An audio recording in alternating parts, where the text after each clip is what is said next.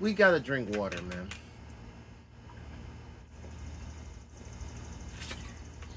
It's too hot. What up? It's your boy Jahranimo, and we're back again with another video. So, welcome to the very first monthly pickup. This is Jahranimo's physical game pickups, June 2025. So, I want to do this because, you know, I saw when I did my Switch physical collection, it did pretty well for the channel, so I'm very happy about that. Hi, new subscribers. Welcome to the Jahranimo channel. Thank you all for sticking around. So, we're going to talk about everything from June 1st through June 30th that I picked up.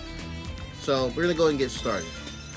Of course, the first thing, seemed like most people did this when they got their Switch 2. Either they wanted to play it for real or just wanted to see it because... Oh! Cyberpunk 2077 by CD Projekt Red. This is, I mean, everyone should probably have known by now, but this is the full game on the cartridge. Right there. And it's got the Phantom Liberty DLC included. I have been playing some of this. I think it maybe got a little under 10 hours. I can tell it's going to be a pretty lengthy game. I'm not trying to beat it, you know, within like the next month or so. It's a game I'm going to kind of pick up and play over time. And I really do like it. I was originally going to get it around launch. What was that, 2020, 2021? You know, it had all the bugs. They pretty much weren't being truthful about the performance. Water well under the bridge by that point. Seems that they fixed it up, and it kind of helped that they did this release for Switch 2 because I'd forgotten about it. So it kind of hit like a nice little thing of, I was interested in this game at one point. I forgot about it. Fortunately, they did a really good port, and for a lot of third-party releases on Switch 2, they're going to be comparing to the quality of this game since it came out launch day. But yeah. It's fun. I went the Nomad route, by the way, and I made a male V. So there you go.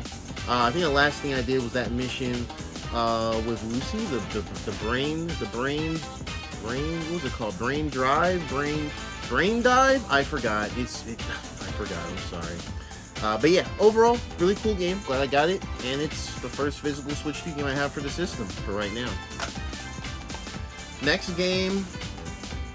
I always told friends of mine and just people online, I always said if this game got some form of a performance boost on Switch 2, I was going to put my money where my mouth is, and I was going to get it.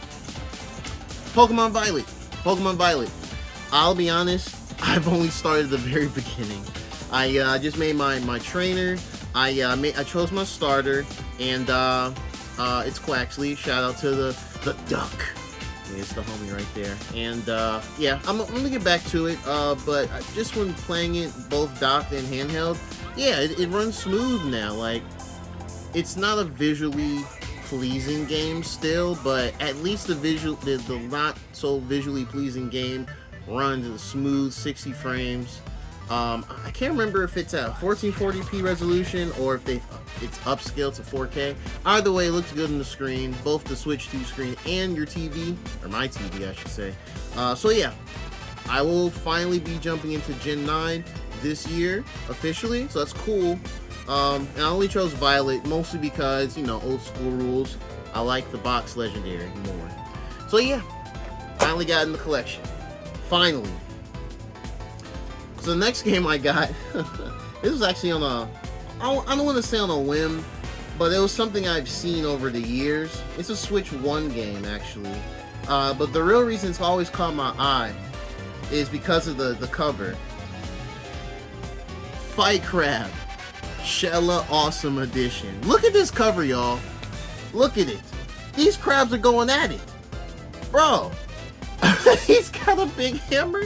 It's amazing. This is some peak, like, this is like some old school Japanese cinema poster cover, like some Toei Godzilla, like peak, just kaiju fighting. And I think it's by the studio named Mastiff. I think that's who it is, or Kalapa Games. One of these two. I'm gonna have some gameplay up on a future video on the channel, probably in the next week or so. So keep an eye out for that. Not about this, but certain games like this. So very interesting. It's basically you play as different underwater crustacean creatures. I've heard the controls are a little awkward, but it looks like one of those silly games. In the back it says fight over-the-top battles as giant crustaceans, and unleash shell.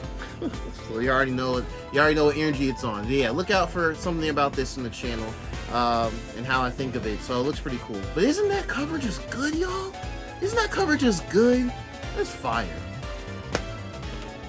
Now we're getting to stuff that's more so collecting purposes. So that some months I might only have 1 or 2 games I get, and they may not even be games I'm actively playing. They could just be, you know, for the physical collection, because I'm kind of in my physical collecting era of my life. I'm still gaming the current stuff, and you know, some things maybe a few years back that's in my backlog, but I'm really liking getting physicals of games and owning them, whether it be a full-on cartridge or, you know, full-on disc.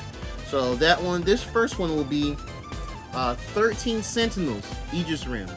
This is one of those games where I saw folks online, you know, mutuals, you know, things like that, social media and Discord. They always spoke highly of this. And the only other game by Vanillaware, this is Vanillaware by the way, the only other Vanillaware game I played before this was Muramasa the Demon Blade on the Nintendo Wii. And I never finished that game, but it was super fun. So they always have a certain anime aesthetic that's very fluid and kind of distinct and iconic. But yeah, this game is half like sci-fi story-based game, and then half like strategy, like tactical strategy with mechs. So it's a future sci-fi game. I can't tell you the story like that because that's a spoiler, obviously, but it's a very good game. I highly recommend it, especially if you like your adventure stories and strategy games. And it's not too long. I mean, depending on how much time you take in the story bits, maybe 20-30 hours, but I'm sure you can get under 20 hours if you're just like, you just go through the story, you don't waste time, and you're really good at the strategy bits. But some of them strategy missions do get kind of crazy, especially that final boss. If you know, you know. But yeah, I got it digitally on Switch like last year, and I was playing in the fall. Really loved it. I'm glad I played it. So now I have it in the collection for a good price. Alright, here we go. The very first F RPG, as in French RPG. Clair Obscur Expedition 33 for those who come after. Alright, so I originally played this actually I got this finished up right before the Switch 2 came out, like June 4th, that same night. I literally played and got through the final boss and was like, yo, game is a banger. I'm sure if you've been around any type of the digital streets online, you'll see anyone talking about Clair Obscur Game of the Year, Expedition 33 Game of the Year. Why can't Final Fantasy be like Clair Obscur? This was made by 30-some people. That's a small group. Blah, blah, blah. But the game is a banger, though. Real rap. All that talk makes him obnoxious. The game is a banger. There's going to be a lot of Game of the Year nominations for this one particularly. It might run away with it. Oh, sorry if you hear a little chirp. That's a hummingbird. I'm outside. So I like doing videos like this outside. Anyway, yeah, the game is great. Like it's got a very distinct art style. I think Clair Obscur is a type of artistic painterly direction that contrasts like harsh, dark shadows and very bright, not so much colors, but very bright hues. So it kind of creates this very dramatic look for like everything. But yeah, it pretty much is a turn-based RPG with some more involved action type things. The birds are chirping again. Parrying, I'm sure you know. I think especially if you're a completionist RPG player, like not just doing the main story, but like trying to do all the bosses and, you know, optimize your team to the best it can be, so it's pretty much broken.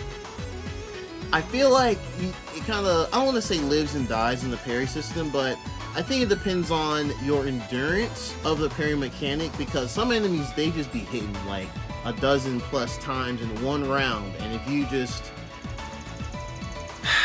never get the timing, oh boy, you're gonna get bopped. But yeah, it's really good. It's currently my game of the year. I really enjoy it, and I was going to get the physical, because I think the game is only like $50 too. It's very good price. I was gonna get it physical, but I decided to get it on PC for a little cheaper, allegedly.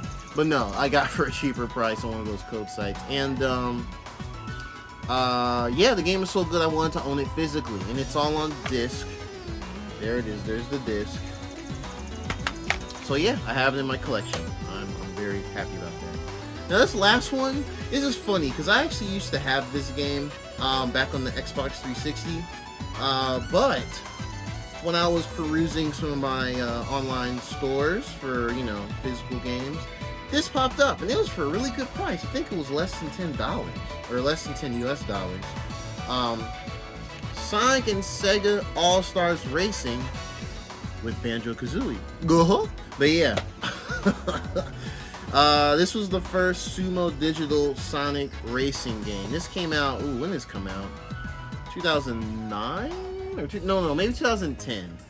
Because this came out on all the consoles back then. It came out on PlayStation 3, Xbox 360, Nintendo Wii, and of course it's out on Steam as well. This version should have online still. I don't know if people are actually playing this online on the Xbox 360, or I'm not sure if they got the backward compatibility patch for Xbox One or Xbox Series consoles, but still very fun, even as a local game. It's got a very nice variety of Sega characters, more than just your Sonics, your Tails, your Knuckles, your Amy's, your Eggmans, your Shadows. You also get like characters from like, you get Samba the Amigo, you get I from Super Monkey Ball, you get Ooh La La from Space Channel 5, Beat from Jet Set Radio's in the game. Beat my guy Beatty Joe from Crazy Taxi, and even goes as crazy of like Jackie and Akira from Virtua Fighter and like an Outrun, the red Outrun car, and I'm forgetting who else is in here. Bonanza Bros from that Sega Genesis game.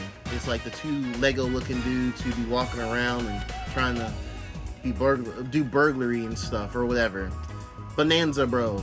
They're my mains in this game. But yeah, it is great. I never really owned it physically. I used to play it off another friend's Xbox 360, and just thought, you know, cool to just have it. And I got a 360 within the past year and a half or so, just to get certain used games. And I'm probably not going to be getting 360 games too often, but from time to time I will, especially if it's like a licensed game. You know how that be. So yeah, that is the first of my physical pickups for June 2025. So pretty much I'm going to have these done like this, just to let you know. Usually have them come out the last day of the month, or like the last, you know, weekday of the month. I don't know if I'll do them on the weekends. Let me know if you guys would be cool with weekend uploads. If, you know, let's say July 31st falls on like a Sunday, or like Sunday. But yeah, that's pretty much it. This is what I got. And like, comment, subscribe for more from your boy. Peace out. Oh, and stay cool. It's hot out there. It is hot. Like, I'm out here. I like being outside, but it's just hot, bro. Oh, stay cool out here. Peace.